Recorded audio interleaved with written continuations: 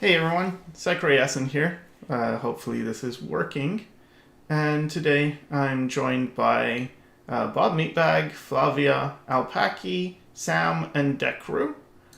Um, and we're gonna be just talking about stuff and seeing how that goes. Um, and also drawing.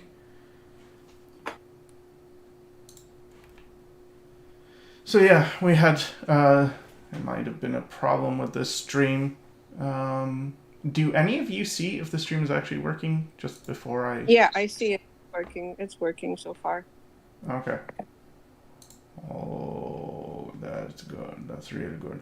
So the topic I wanted to um, talk about was just the importance of being able to have multiple viewpoints and kind of like the importance of being able to have contradictory views or ideas in your head simultaneously and for that not to be a problem. Um, so, an example with art tends to be like, um, okay, should I draw from reference or imagination? And the answer is yes, you should do that. You should both. Should I do this or that? Should I make my things or learn about how to draw before I start making things? Well, you should make your things and learn how to draw. Should I want to paint? What do I have to do? Oh, you have to learn how to draw. But I don't want to know how to draw. I want to know how to paint. Yeah, okay, so you have to draw. Um, so I think like these things are kind of difficult for people to um, get their head around, but I think they're very important to be able to have these kind of thoughts. And yeah, that's basically it. I guess we can also take questions from the chat as they appear. Um, and is there anything anyone wanted to add? Well, my question about this though is like for all the examples that you just said, are they actually like contradictory ideas or they're just kind of like ideas that sound like they are, but they're Yeah, not once you get it explained to you, I guess. yeah, it's not really contradictory. That's true. Yeah, I guess I guess we live in a world that is very suited to bite size, like what are they called? Talking points. Snippets of stuff. Pitch, Yeah, pitch where format. mm-hmm, where it's not really uh, it's not really how the world works, but it's an oversimplified view. And I feel like this is something that is very prevalent and it's hard to keep track of. I mean, no, sorry, I'm trying to do many things. Okay, can one of you talk instead? Because I'm trying to figure out a bunch of technical things on the other screen with the stream while I'm also trying to guide the stream. So, Uh, I don't know if this is entirely exactly the same thing we're talking about, but I noticed an easy way to simplify it is I've recently been talking to people in the server about false dichotomies because people would bring up topics of like, oh, is this nature or is this nurture, and why do I do this thing, and what's the cause for this? And oftentimes it's just a very quick way to think you're solving an issue when in reality it's like, okay, well, it's probably both. Like many times when people ask, is it this or is it that? It's like oftentimes the answer is both. Should I not copy from something in art? Should I copy Dragon Ball fan art or whatever to learn? It's like, oh, do your own thing, and you can probably learn something from doing both. And it's oftentimes it just you don't need to think exactly one way or another. You can see benefit in multiple areas in life, I guess. Mm-hmm. Yes. Maybe this is like related to the whole misinformation, like clickbaits on YouTube videos and stuff like that we have nowadays. That maybe that's like affecting this sort of stuff. Yeah. Yeah. I feel that too. Even with my own stuff, sometimes I'll get people asking, like, well, I'm trying to do iterative drawing, and how do I do it specifically? And it's as if that was like, oh, there's a perfect method, but it's hard because things I would explain to people kind of contradict other things I've already said. But to me, it's not contradictory, but it might sound contradictory. Yeah, it doesn't quite sound contradictory to me either, because the either or mentality, I feel like, leads you to inevitably side with things that you only partially agree with. Mm-hmm. Just for the sake of siding with something. And I feel like this is like animals do this too. They have to pick which way to run and stuff, but they do that when they're under duress. And I feel like if we're doing that as humans, it must be a sign that we are under severe pressure from somewhere. Like, you're either with us or against us, and which side are you on? It's like we really want to know, first and foremost, if the person that we're talking to, or where we are even. Where are you at? Where do you stand? It's like, well, let me think where I stand. It takes time to figure it out, I feel like, and we don't give it enough time.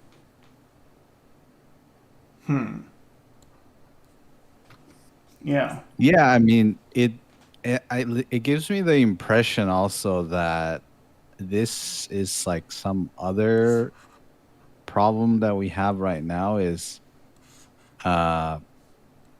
like for some reason it's seen like maybe people think it's bad to actually change your mind about something. Like you have to be, I guess like you have to have your decision right now and you can't change it. Like it's your identity. Yeah. It's very strange. Especially because sometimes you're confronted with facts, and I feel like if you have extra facts that would have you change your opinion and you don't change it, you're starting to compromise for the sake of feeling safe or feeling like you belong, or this is my camp. I will agree with this until the day I die. I find it very funny seeing people who are super solidified in their ideas, because to me it's like I feel like I don't have very strong beliefs except for in a couple areas, and even then it's sort of gray, because if you go through life and you change your opinion a lot of times, but to me it's just really funny when someone changes their opinion and they're like, oh, this is the way, I'm dead set on this, and when they find something that contradicts it and they learn something new, but the confidence after the like 800th contradiction to then say for the 800th idea that you had that this is the real one, and oh, I was just foolish back then, but this time. Mm-hmm. It's like there's no sense of if it was wrong before, chances are it's also wrong. Yeah. And also this idea that it is, I guess, a clear-cut wrong thing. Like, something can suit a purpose and not be 100% right in a way, or it's right for this moment in time, but that doesn't mean, like, it'll always be right.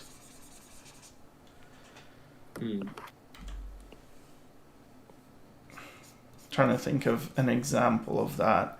So, maybe it's like perspective. Oh, when you're focusing on perspective, it's kind of a good idea to not think too much about gesture. It's too much for the brain to take in at once. It's better if you just focus on perspective for a while. But your pictures get stiff.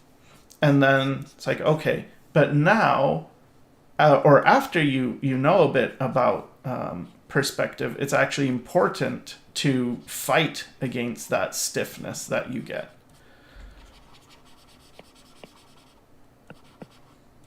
So, Taking one thing at a time. Yeah, and it's not necessarily like wrong that, oh, if I study perspective, my drawings are going to get stiff, so I shouldn't study perspective. It's like, no. So you can still study perspective, except that your drawings might get stiff, and that stiffness is not good, but that it's okay to have it temporarily. Like, it's a temporary condition that everything's going to be stiff. Mm-hmm. Yeah, I feel like this kind of ties back into not knowing whether it's going to be temporary or not, feeling insecure about how things go and the steps that you're following, or if you're losing your way, or am I going to be forever in the States, or things like that. It just really, it sounds like a lot of fear when you think like that. Mm-hmm.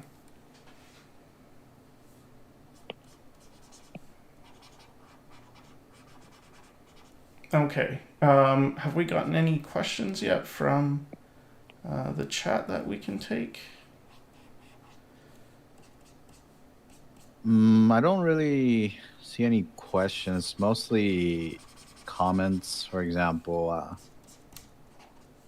Echo Berry says, "I can understand people wanting to go about things the right way / not waste their time, but I feel like the solution is often just have something else you're working towards. For example, a project." Yeah, I think with projects they do clarify things, and mentioned this a bunch of times in the past. But yeah, being able to simultaneously do, or maybe not simultaneously, but consecutively focus on one truth and then another truth, I think is really important. I think there's this idea that there are sort of facts and information, and people, for instance, myself, I used to put a lot of weight into facts, and that there were just some things that were true, and they're indisputable. And if you, like, we have to be able to at least agree on those basic principles.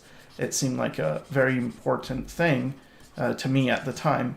But I realized, like, even that, and maybe this just happens with philosophy in general, but even that becomes kind of hard to agree with 100%, because everything is, how could I put this? We make up the definition out of nothing. So for instance, if I say humans are mammals, right? Okay, well, we could say, well, that's true, that's a fact. But the term mammals is something we invented.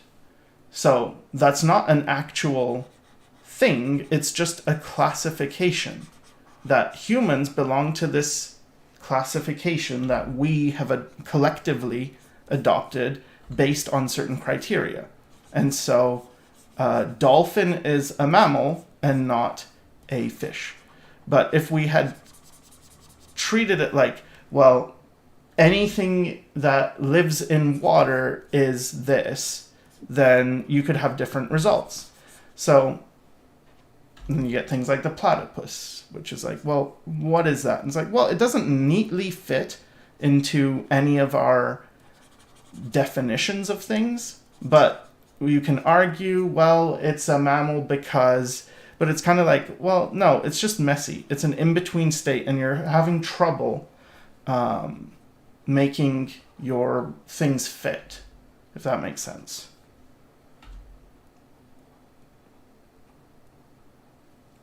It makes sense to me.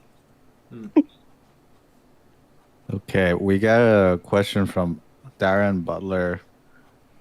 Whenever I said about focusing on one fundamental or one aspect of my drawing / painting, I inevitably forget and end up panicking. Any advice on maintaining awareness?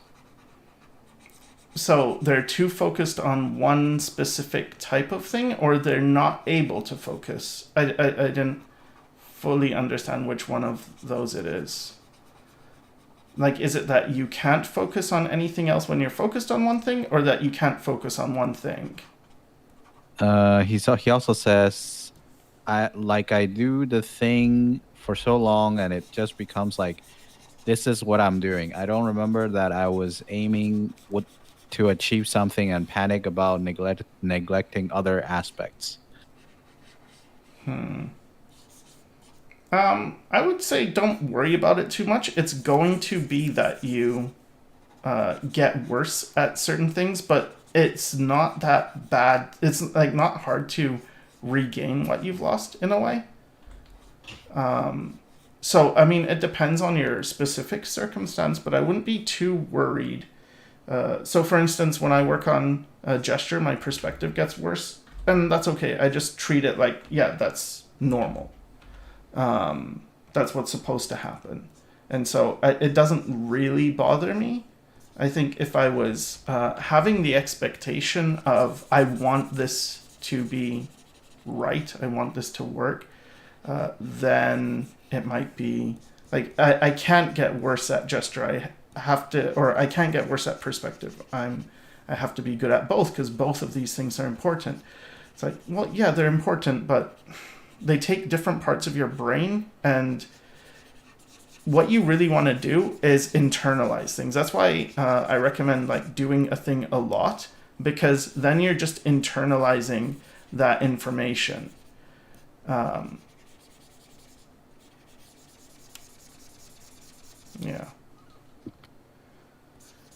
Okay. A person says, how do you draw when you don't have the motivation to do so?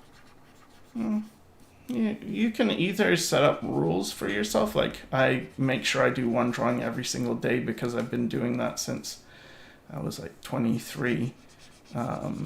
Or you just don't draw. You don't have to draw if you don't have motivation. Like, it depends what your purpose is for art. If you're not doing this for a career, you don't have to. And if you are, then you do have to. Like, then you have to get used to having discipline and drawing even when you don't necessarily want to, because it's your job. So it really depends where you're coming from in this.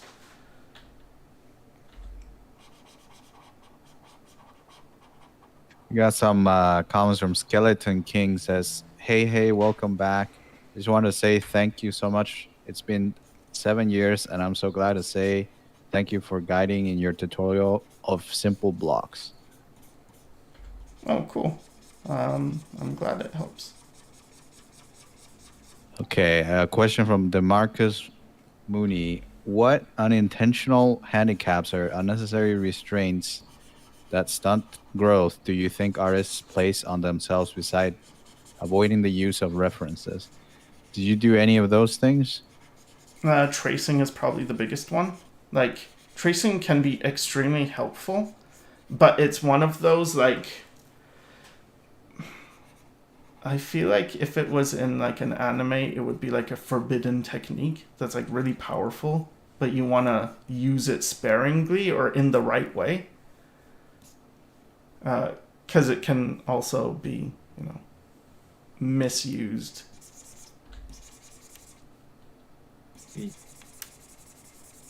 But for instance, it really helps in understanding how a thing works if you pay attention. Like, if you're mindful and you trace, it can actually really speed up your process in understanding shapes. But it can also hinder your process in getting good with sort of like being able to eyeball things. So I think, again, I guess this is a good example of one of those contradictory things. Like, yes, is it good to trace? Yes, and also no. Like, it does have a cost, but as long as you aren't just doing that thing, it can be very good.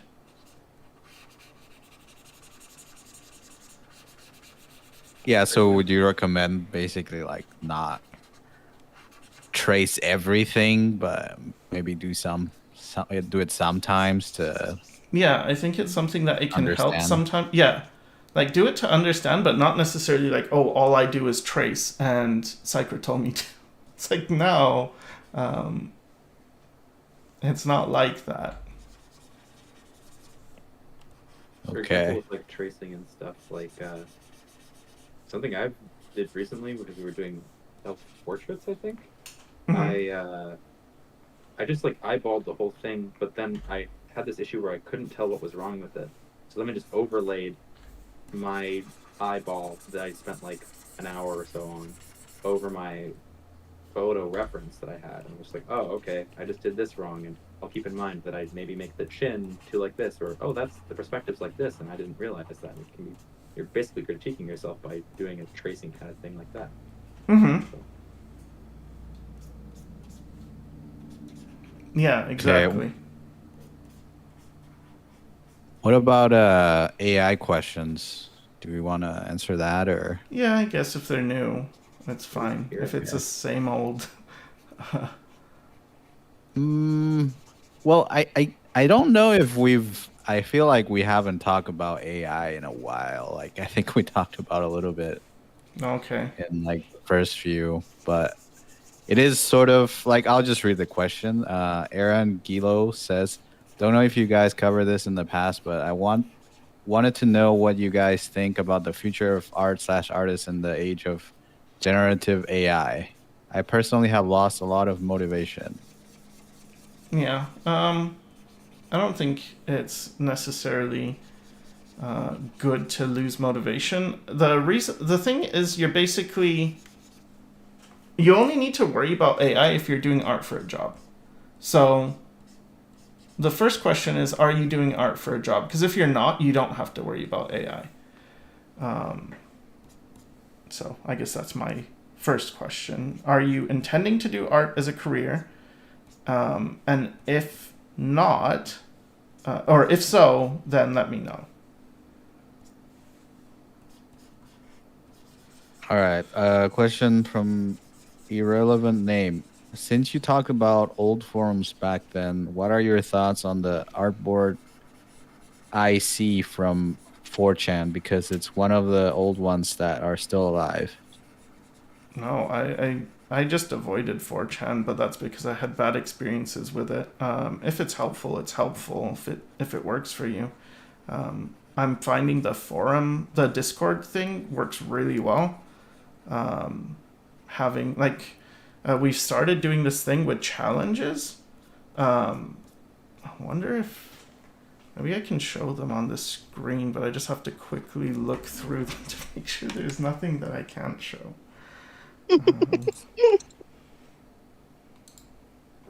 Other than the Steely Bob's submission, I don't know if that counts as something that you wouldn't want to show. I don't think there's been anything. Mm-hmm. Yeah. Not sure.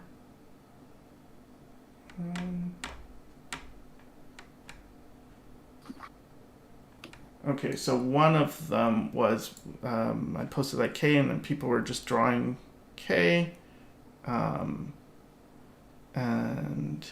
I should, pause a bit over them, I guess. Maybe I'll zoom in on them.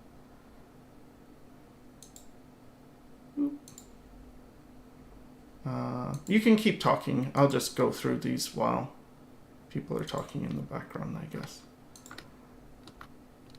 Looks like, yeah, IC's artwork critique/critique.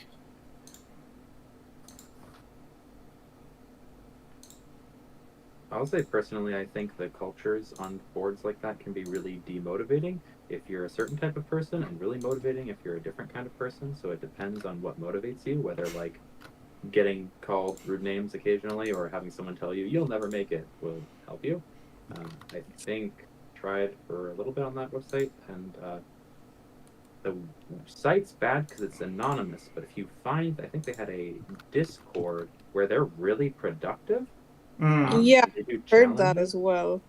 and I've I was heard that. on there for a bit. Yeah, it was really good. They made like entire video game concept arts with storyline to like practice for the industry, and I was really impressed. Here we're not doing K anymore. We're doing the next challenge was to draw something we've never drawn before and then use only black and white. So that's what's on the screen. But yeah, sorry for interrupting. I drew a bulldozer because I've never drawn those. Yeah, I think it really matters to find the type of feedback and the type of community that you're compatible with. Because what works for me in terms of understanding and motivation does not work for other people and vice versa. So I think if you find a community that you just don't connect with, it's not you, it's just an incompatibility, and you can probably find another that is more your style of learning and more your style of positivity. Or because some people do get motivated by negative feedback. That's the carrot and the stick thing. Yeah, I think it really, really depends on what your personality type is, especially with places like 4chan or more hardcore environments, I think.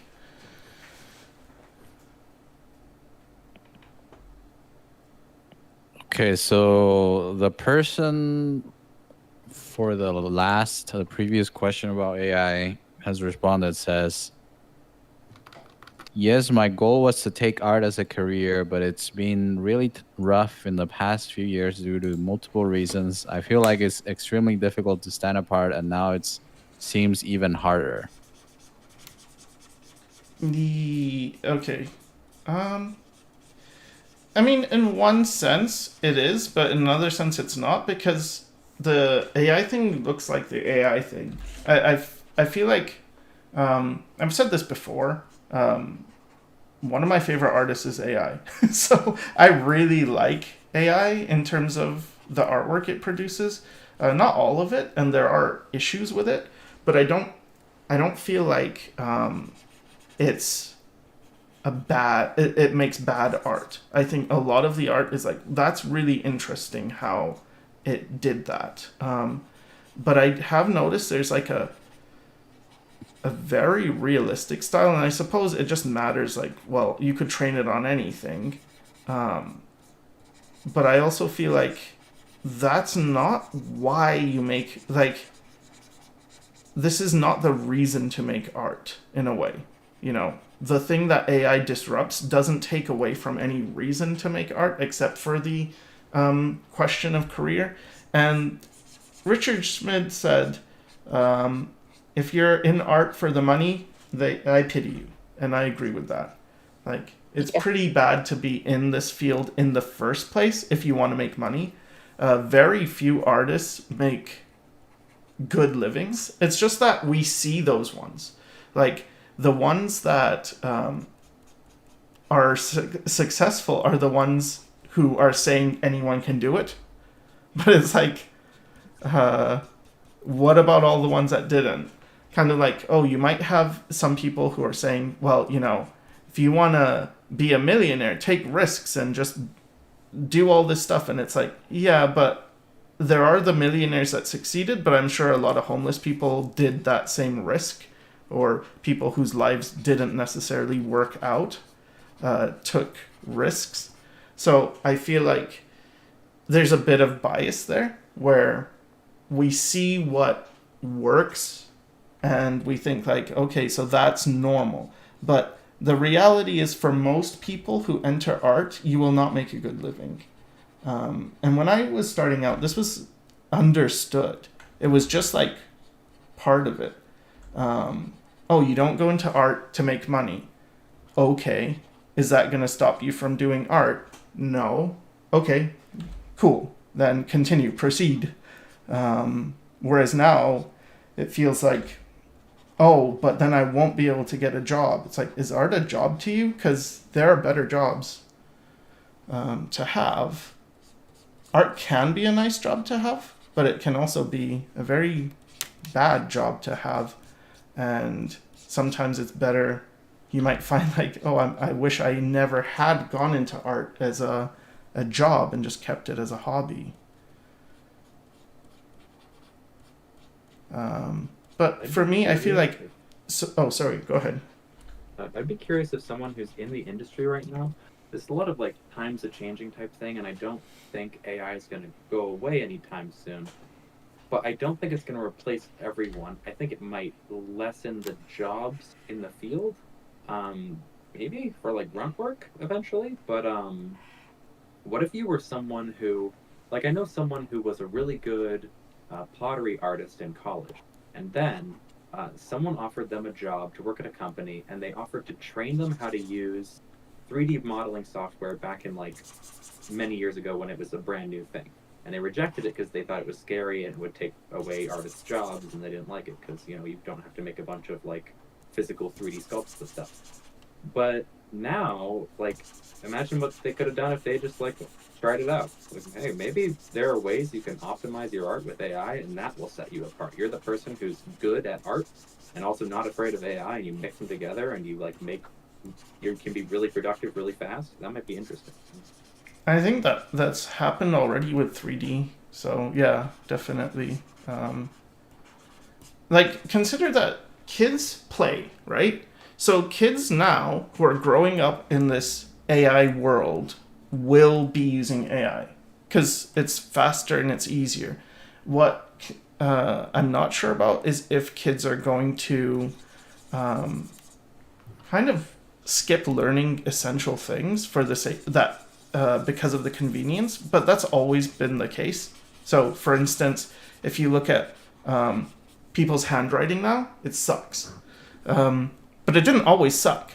It used to be that people had good penmanship, and that was like really important.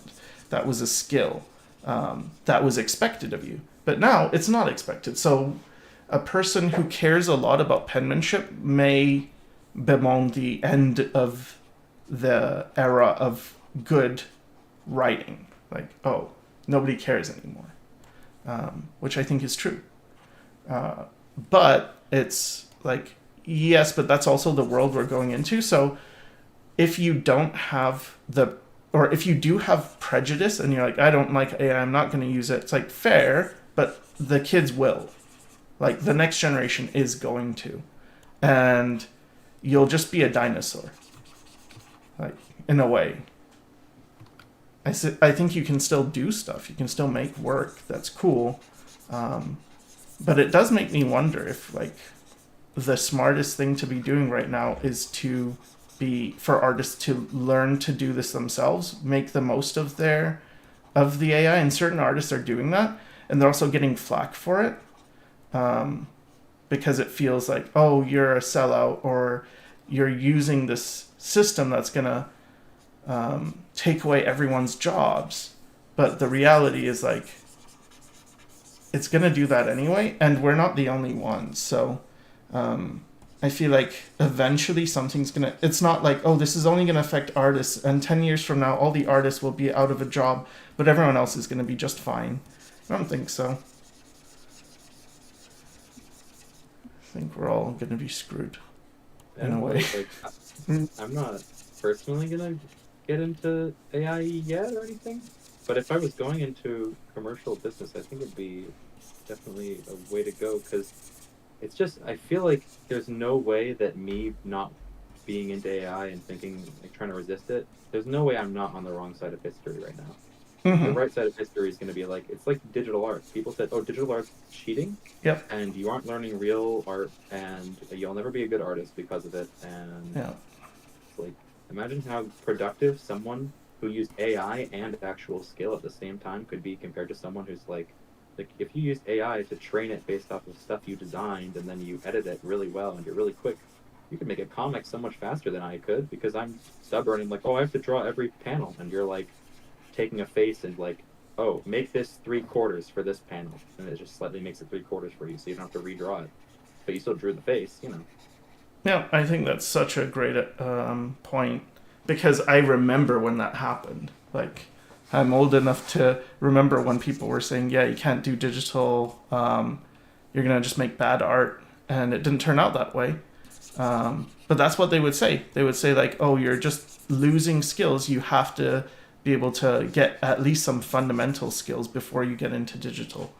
And then the artists that didn't, or they would talk about what digital can't do.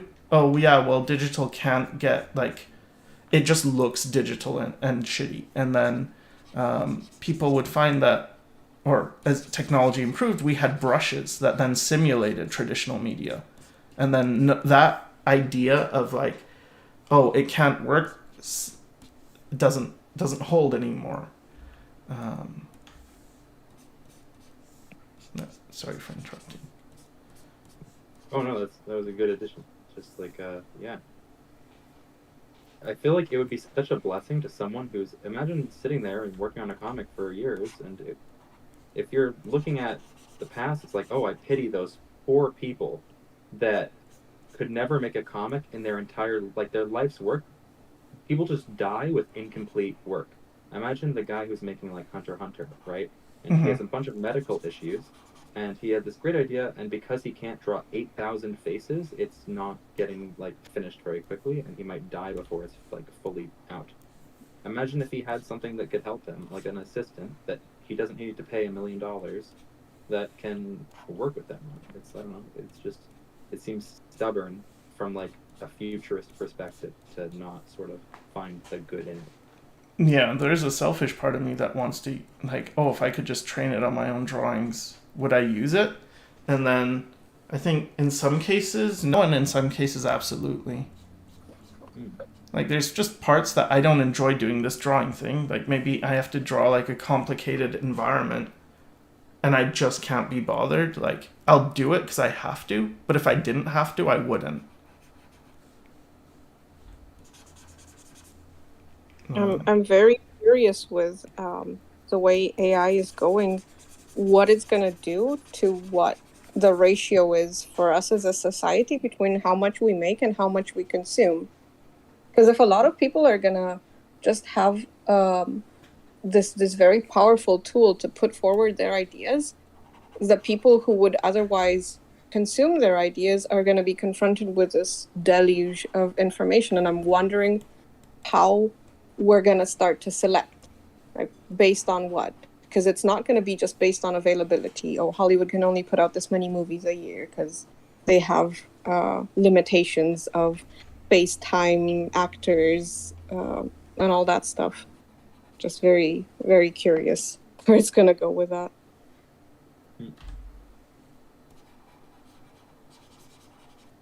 Yeah, there's just so much that is like going to change with if we take how like AI technology is advancing right now.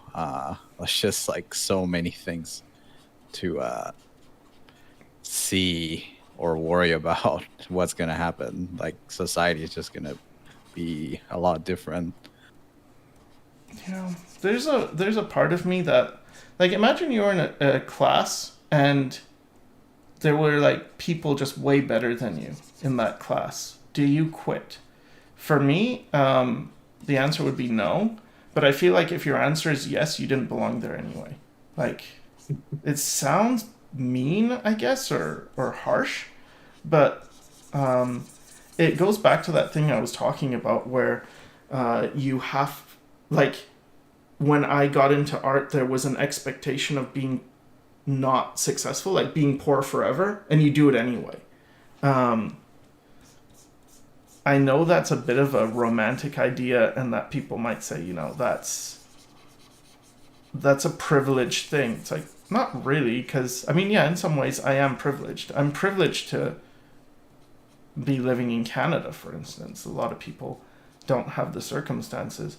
But I do feel like when you do art, it's good to come from a place of this is going to give me nothing. And when you do anything, like I'm making my comic, and one of the things that I had to do was get over the idea of it ever being successful. Because at first I wanted it to be successful, and now I don't care. And if it's not successful, I won't be sad. But I feel like that only helped me. Like, it clarified things that made life better for me. And then it allows me to like, kind of like if you're gonna do art as a job, you're doing art as a business. And unless you're working for someone else, in which case you're a craftsman, you're a tradesperson. So you're doing art as a means to an end to get money. In which case, yeah, well, everyone's going to be out of a job anyway, so you might want to diversify your abilities, or maybe we'll all end up with universal basic income.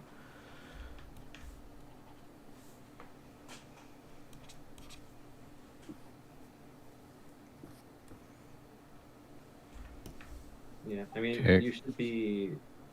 Oh, do you have a question? What's that? I started talking about that. You start talking. Do you have like a question you're reading? Oh, no. Just go ahead. Oh, okay.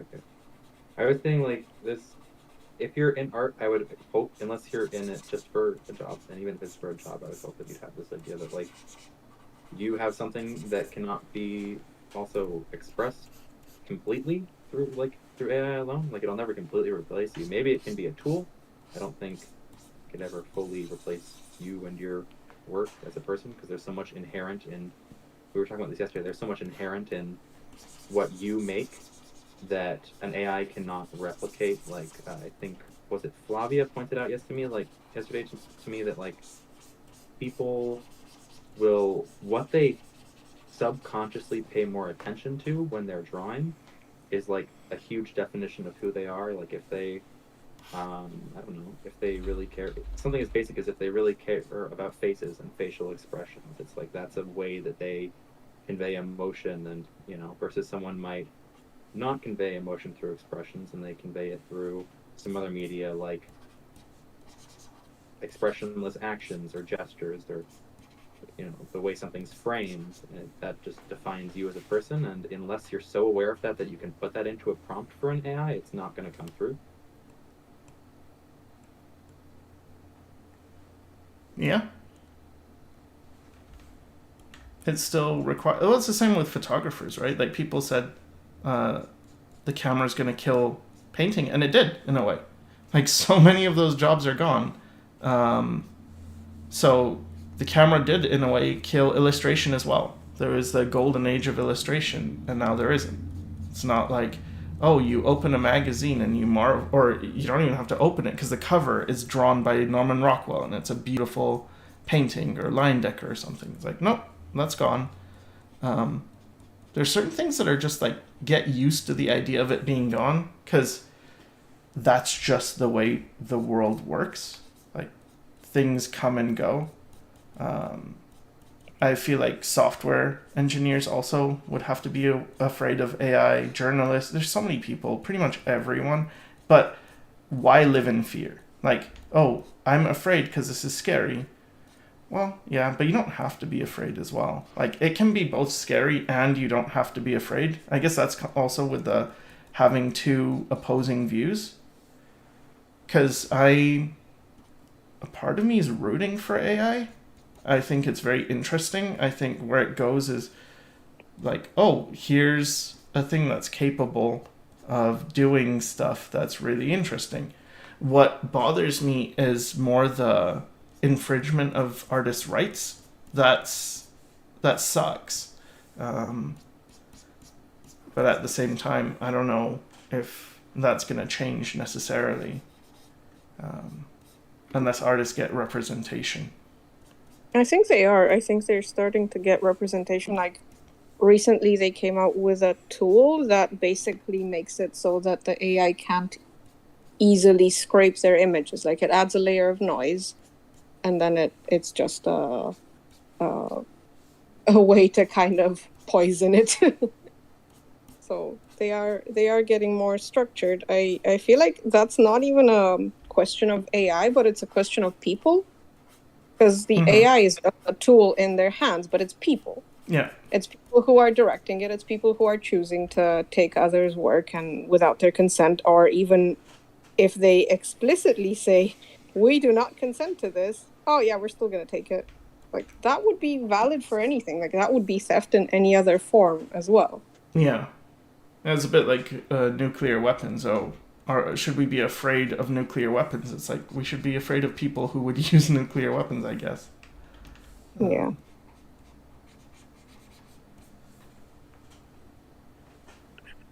All right, got a question from Lynn Sparkman. What's the best method, in your opinion, for learning perspective? It's not clicking for me yet. Do you know what my answer is going to be? I feel like this is something that you guys are going to have to learn. There is no best method. So there's only I understand it's not clicking for you, but I don't know you. So I don't know what the best method is for you because it's going to be unique to you and not something that is like, well, other people can just tell you. Like, this is the best method and this is what we use. So what I would recommend is if it's not clicking for you, try something else. One of the ways that you could get better with perspective is using 3D. So you might want to, if you haven't already, you might want to give 3D sculpting or 3D modeling a try to see if that helps. There are different techniques, and I'm not sure which ones you've learned, but I would, recommend trying different ones and see which one fits, because there's probably one that fits you. One of the things with perspective that really helped me to understand is that perspective is our viewpoint. Sounds kind of self-evident, but I thought of perspective as an art fundamental, and I wasn't thinking of it what it really is. So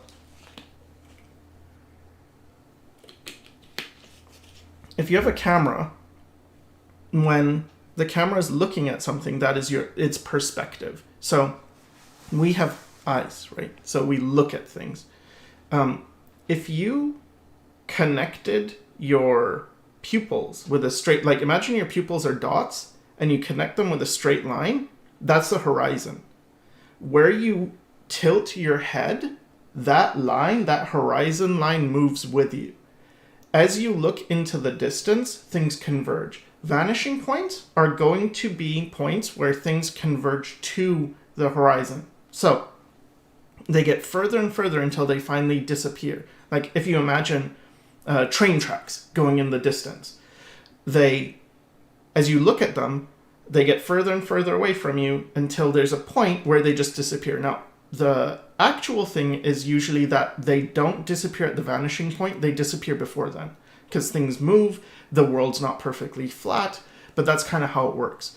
So at that point it vanishes, but the vanishing points are always going to be on the horizon. So if you have 2-point perspective, or 1-point perspective, or 3-point perspective, or curvilinear perspective, it's all the same thing. So when I look at something directly in front of me, there's a point on the horizon where everything converges. But if I was looking at a cube and you start to rotate that cube, the sides will go into vanishing points on either end. And as you rotate that cube, those vanishing points move.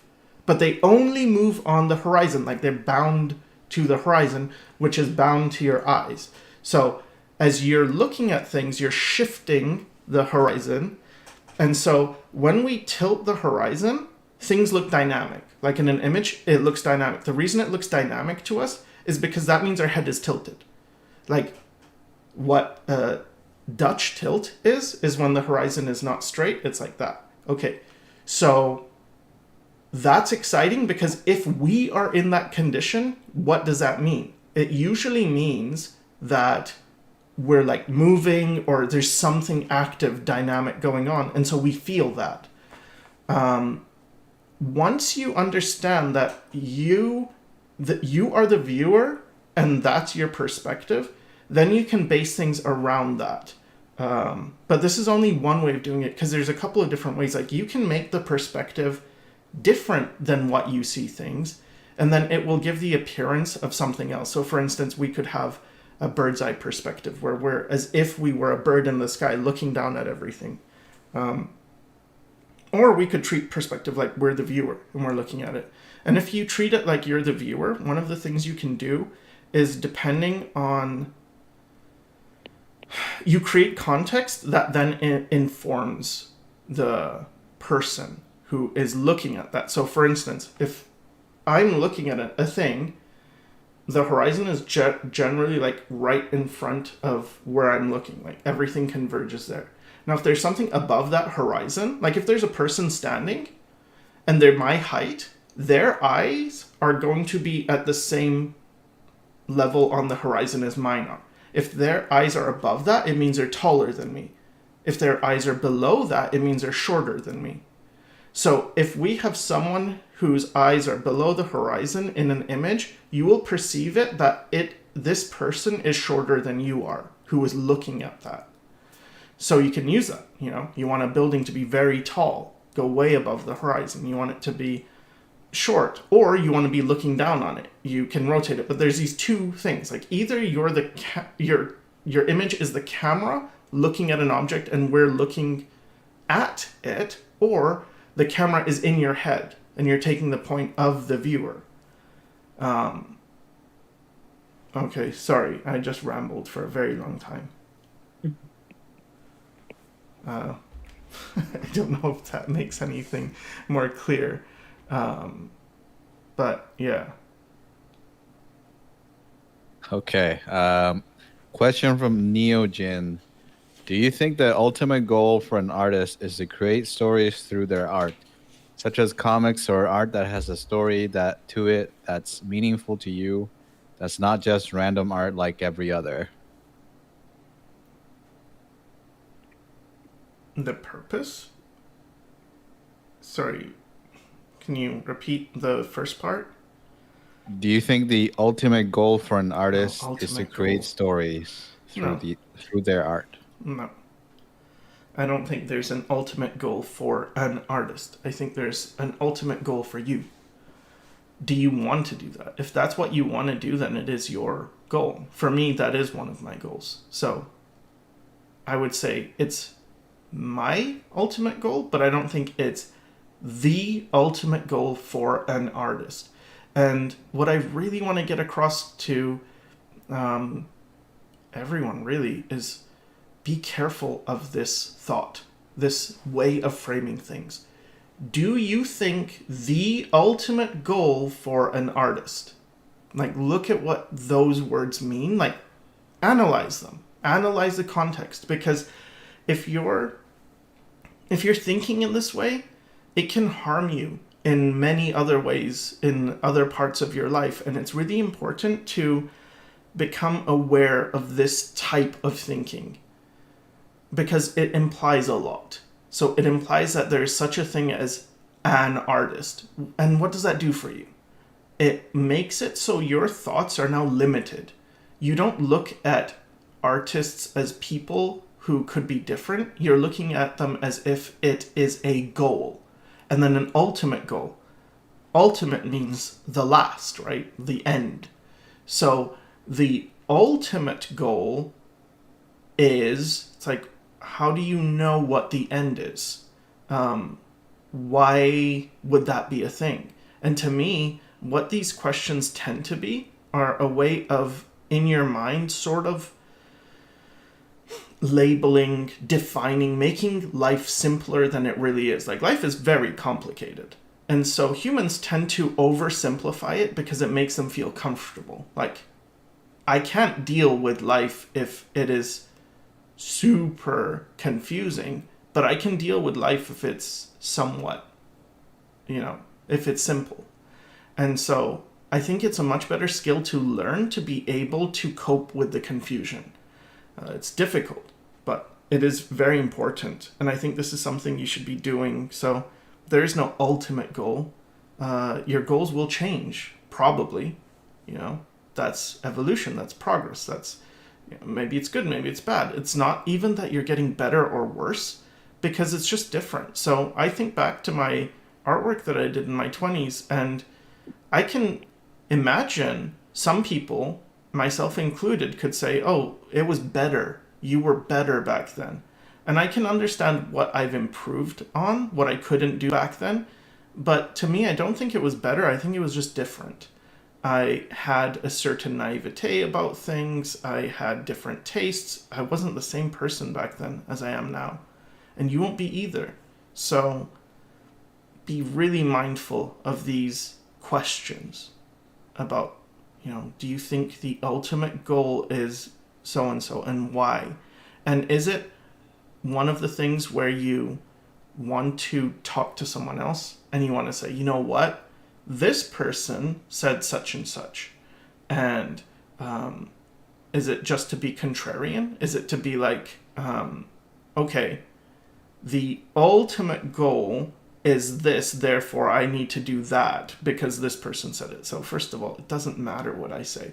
What I say is something that if it resonates with you, if it makes sense, good. If not, you shouldn't really put too much weight on it. Like, you are what is important, your thoughts. If you resonate with what I say, then good. Like, you can learn from me. If not, I might not be the right person to be learning from, because I just might be the type of person who is not going to help you because you're a different individual. You have different, I don't know, a different way of learning, a different way of seeing the world. Does that make sense? Again, sorry for ranting. Doing that a lot. Okay, Zane Zebon says, I'm really stagnating on my grasp of values. 2 values are easy enough, identifying a light and a dark side.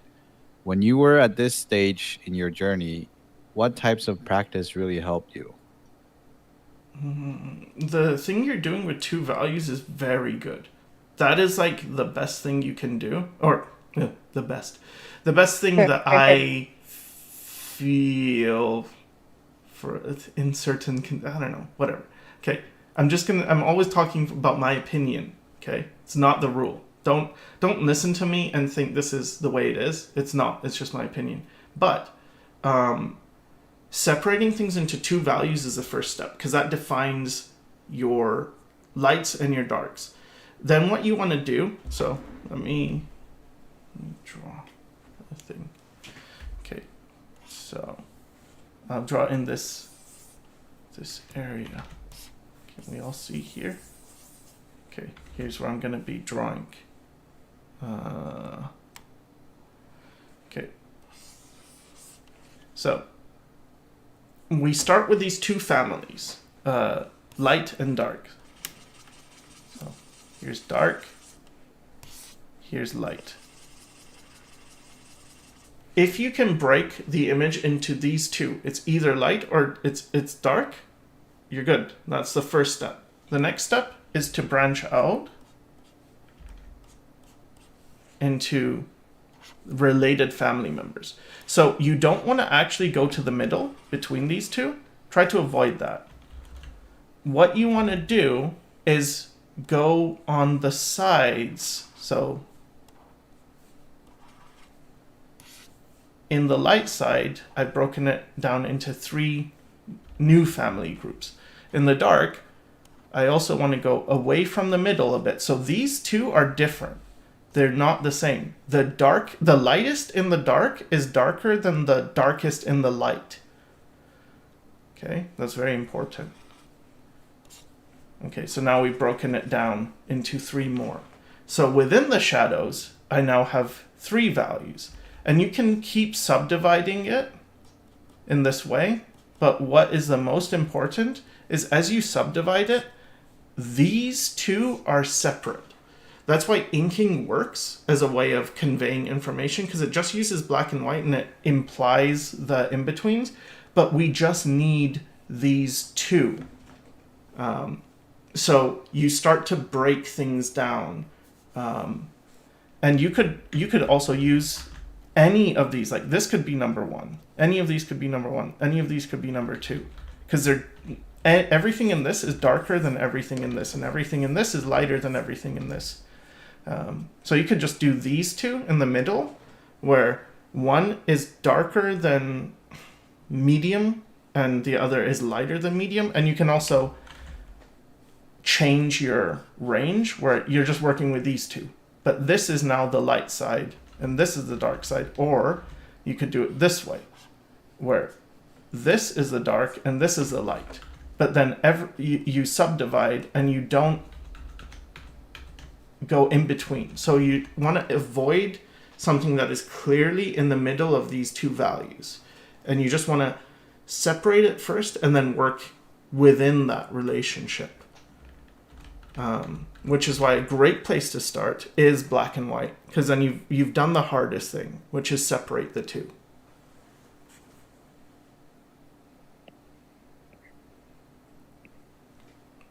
Okay, Door Frame says, can you be an artist and not have art be your source of income? To me, art is not just another job somehow, but I can't explain it. Mm-hmm. Yeah, I think that's the way to be an artist in my view. I think when art is your income, you are a craftsperson. Nothing wrong with that. You do art to make money. It's fine. But my personal view of art is personal expression. That's what I think art is. It's an honest representation of what you feel, to me, is art. But the literal definition of art is skill.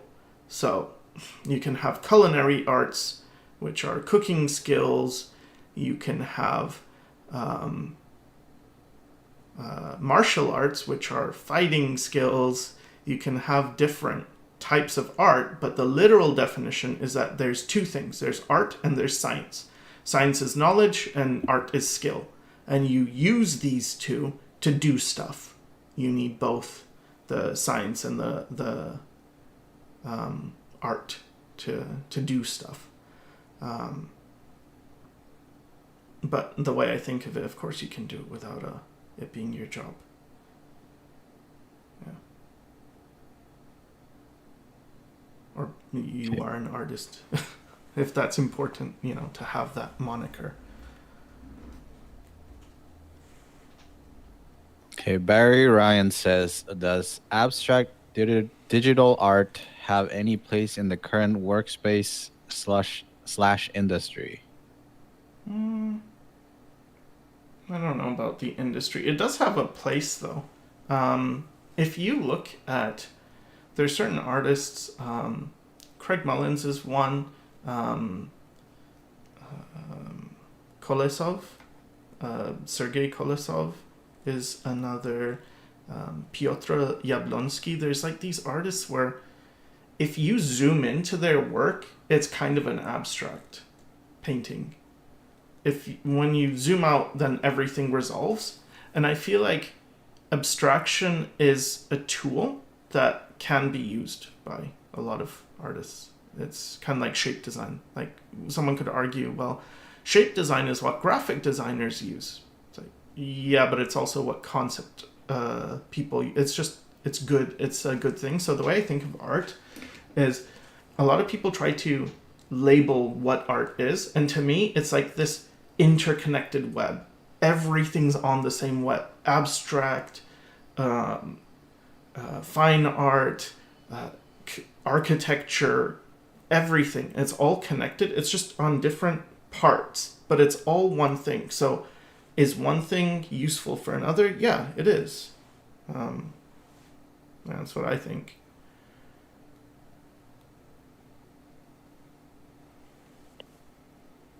Okay, Zipgun says, do you think that AI will push artists in the direction of only creating independent art rather than commercial work? For example, being known solely for their own independent work and ideas. Yeah, I think that it'll push people. Yeah, I think commercially it's going to be harder and harder for artists to just survive on their own. But yeah, I think that's exactly right. Like, people will still value the human component no matter what. So even if it's just, I don't know how to say this nicely, but there's this idea of stupid human tricks where humans do amazing things, but they serve no real purpose. like they're not needed. You know, like plate spinning, breathing fire, swallowing swords. It's impressive, but it's not something that's really practical. Art could become that, where it's not important. It's not practical in a sense. Like I shouldn't say it's not important. I mean, it's not important commercially, but it's still bringing something. It doesn't have to be commercially viable. People will still look at it. Just like if you saw a YouTube video and it was just a page that was, it looked like it had been printed from a computer. The text was just normal. Everything was like a size 14 font and nothing looked unusual about it. But then you saw it was actually hand drawn by someone.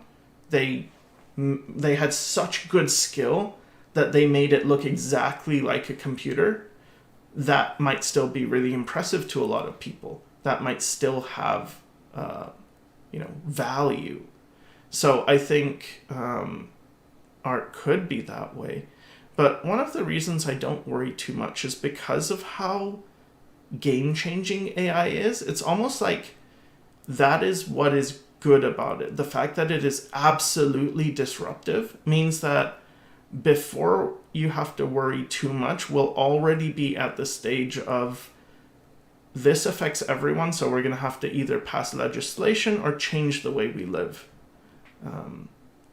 I don't think artists are going to be left alone and it's like, oh, the art profession died and everyone else is just fine. I think we're all in this together, and I don't think we're going to just create a society where we're all screwed. I don't think that's going to happen. I think before that happened, people would rebel against computers. They would like smash them and go into the dark ages before we let AI take over in the way that people are afraid of. I think we'd have universal basic income way before that. So yeah, I wouldn't say you need to be too afraid, but I do think it will affect jobs in the near future for sure, especially if they're just for a profit motive. It's how are you going to compete with an AI? It would make way more sense. Like, artists are the best people suited to use AI because as you improve in art, your taste gets better, your eye gets better. Like, I've talked about this before with eye skills and hand skills. Like, why you feel you suck is because as you improve in your hand skill and your ability to draw and paint, your eye also improves in your ability to see what good is. And so you end up noticing more mistakes. But that's also why artists would be great users of AI. If just from a commercial point of view. And in that case, I would say, learn how to make it work for you.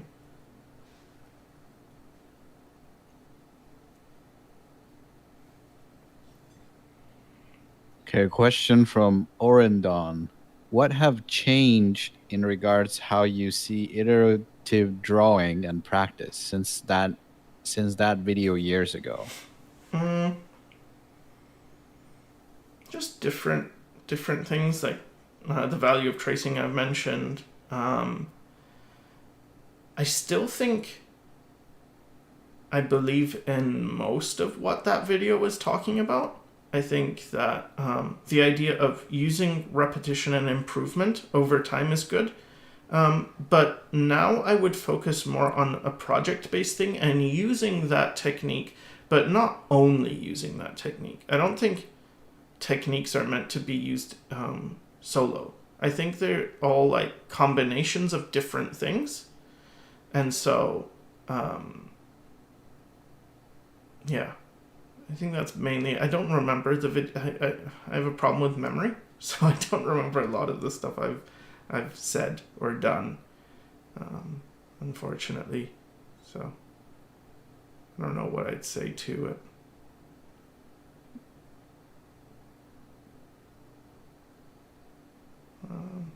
I think maybe I should watch the video again and just make a update on it, but I might not because it might just be like, it's fine.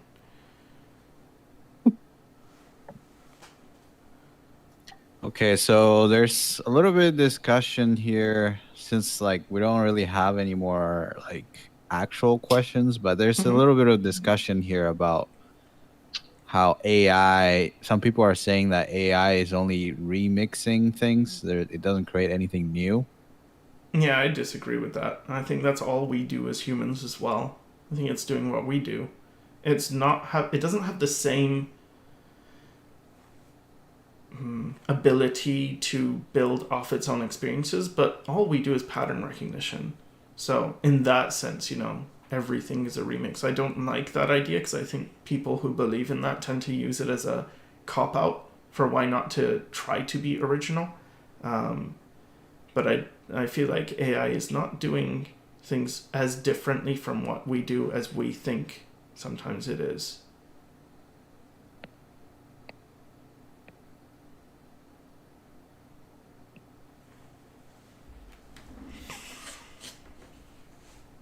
Besides, it's only going to get better. It's going to. I feel like exponential growth is a difficult thing to conceive of in our minds, but you'll see. It'll get better. If there's anything like, oh, it can't do this. Well, a baby can't either, but a baby grows up. I think we're dealing with probably toddler level AI right now. maybe a young child level, and that it will improve if we let it.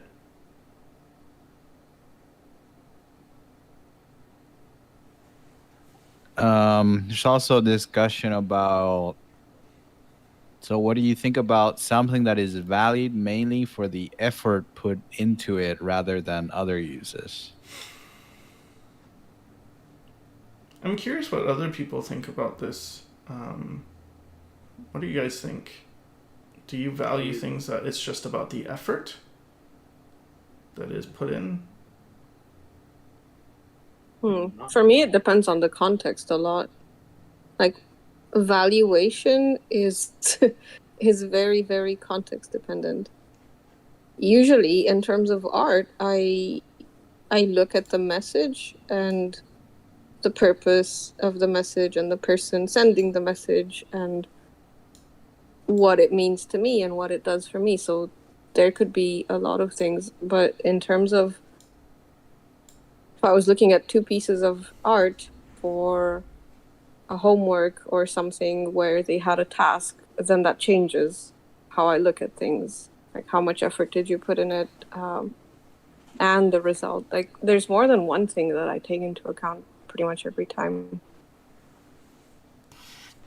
I think homework is not going to be that much of a thing eventually, because it's like, how do you prevent people from using AI to do homework? I think it's because the thing is, when I used to do homework, like the times that I actually did it, it was more for myself. It wasn't for the mark or for the teacher or for the thing. So that's what I was saying before. Like, I'm really wondering how we will shift as people, because we're so. I did the homework for the grade.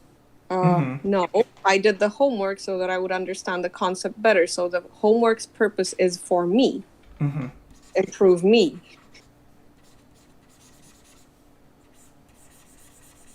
Yep. You're only cheating yourself if you do this. But I've not been a huge fan of, like, I think school didn't do a whole lot for me.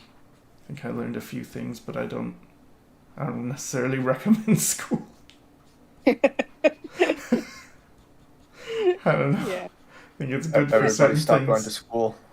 I think it's good for some things, but it also depends where you went to school, because my education experience was less than ideal. Yeah. Do you mean like high school or some other? High school and elementary school. I feel like I learned a lot of stuff that I'd never use. It was a lot of like useless knowledge. I wish, like, if you think of your brain like a hard drive, I feel like there's a lot of stuff that's taking up space that shouldn't have been there, or it would have been better had I not learned it, because it's just eating up my hard drive space. Yeah, I think I would say that for me, I feel like school failed. Like, I'm not necessarily saying that everything that I learned was useless. There's probably some things that are useful, but I feel like it didn't teach me the actual crucial stuff that's actually like how to think for yourself, I guess, how to like live well in the world. Like, it just seems to be, at least when I went to school, just a lot of memorizing random things that is in the curriculum or whatever, but no actual class about teaching you how to learn, for example. Yeah, I think even just in practical conditions, not everyone has had this experience because we were talking on the Discord before, and it seems like there were a lot of people who didn't have the same experience I had. But in my experience of school, we never learned how to pay taxes. We never learned about property tax. We never learned about investment. We never learned about so many things that, like, if you know this, your life can be so much easier. If you know how to save for your retirement, if you know about insurance, if you know about just like basics of what as an adult you're expected to know, none of that was what we learned in school. It's kind of, I feel like it was dumb. Like, wait, I learned about math things and I learned about, I don't know, social studies. We had this class called social studies and we learned stuff. It's like, yeah, oh, this person did such and such stuff. Like, because I lived in, or still currently live in Canada, we learned a lot about Canadian history. It's like, okay, but not how to live in Canada presently. Not about, hey, here's how to get a bond, or here's how to, just like practical stuff. The importance of a driver's license. This is why you need a driver's license. This is all the stuff that opens up if you don't have one. And it feels like they offload that to parents, but what it does is the parents who actually know stuff, who know how the world works, their children get a huge advantage that the parents, and usually those are more like wealthy people because they know the system, right? That's what led to their wealth. They can impart that knowledge to their children. But if you're like more poor, you tend not to understand these things. And so it feels like a system that is meant to keep those who have power to stay in power and those who don't have power to become, or to also stay in their condition. But yeah, as I mentioned, some of the people on the Discord from Europe were saying they did learn about some of this stuff, so that's good. I think we should specify for the people who don't know that when we talk about the Discord, it's Discord that you can join by signing up for the Patreon. So Yeah, we have it's not just Patreon. You can also become a YouTube member, and yeah, you get access to the Discord, which is like Sam here, Dekru, Alpaki. They're all people from the Discord. We do voice chats, we do challenges, we just chat about stuff, and it's pretty great. If you are interested.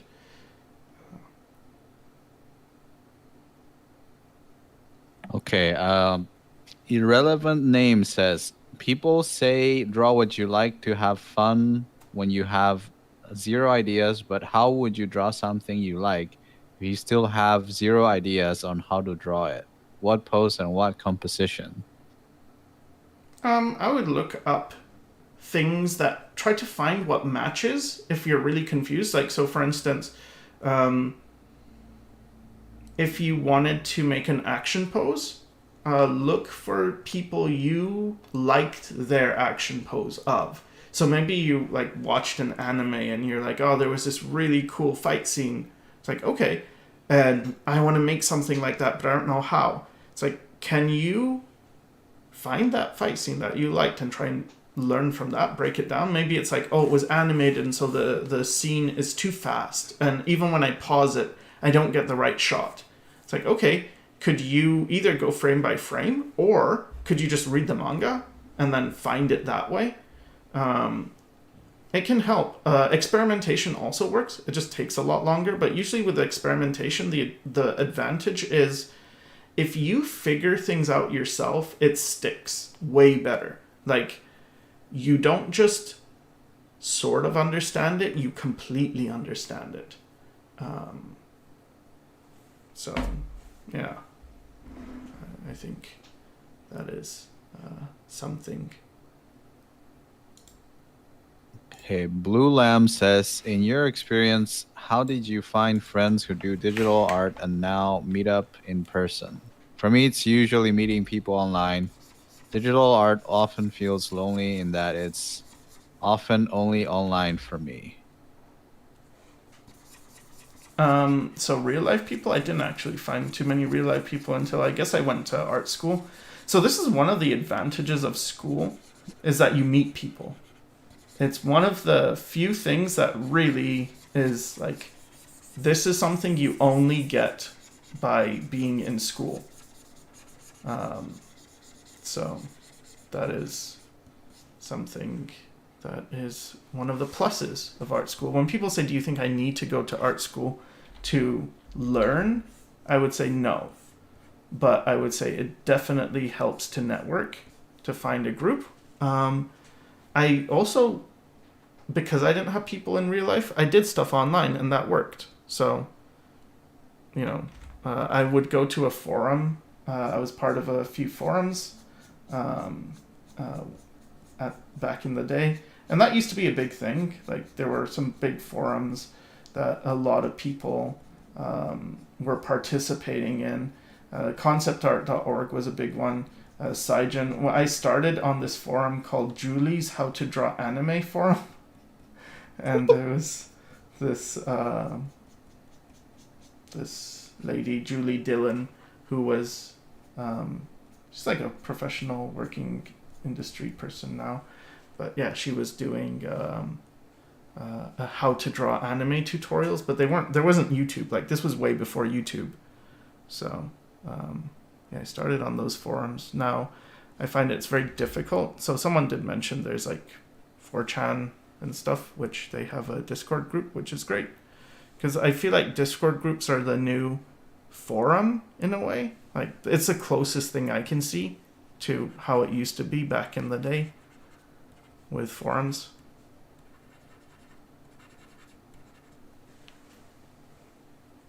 Okay, Xia says, can you recommend any classes you took and you recommend, either paid or free? Bob, you took a class recently, right? I did. It was on Domestica, and it was a course from Evan A. Munson, I think. It's a professional character artist. I would recommend that, especially if you're somebody who's more inclined towards drawing than you are painting. The course that he did, it was very much geared towards somebody who thinks more in line, who wants to transition into painting. So I'd recommend that. Yeah. Again, notice that it depends on who you are. Like, if you are this artist, then this might be useful. Like, it's very if-then. I mentioned myself, Ray Bustos worked for me, did not work at all for Flavia. So, again, if-then. Yeah. Because Craig Mullins worked for me and made sense to me, but not the other way around. No, I understood Craig Mullins. It just, like, I've been following him since forever, so. Well, you showed him to me. Yeah, I'm aware of his method and process and stuff, and I have been for a long time, so. Other than that, I know that there are some people in the Discord who, once again, it'd be individual, like what works for you, but someone says a Peter Hahn course is good. I think it's about Cool Knight who really likes that, and then... So people have been benefiting from the Cynics. I don't know if it's Brainstorm or something, but Cynics also teaches a course, and I think I know my brother was taking it and he improved quite a bit. So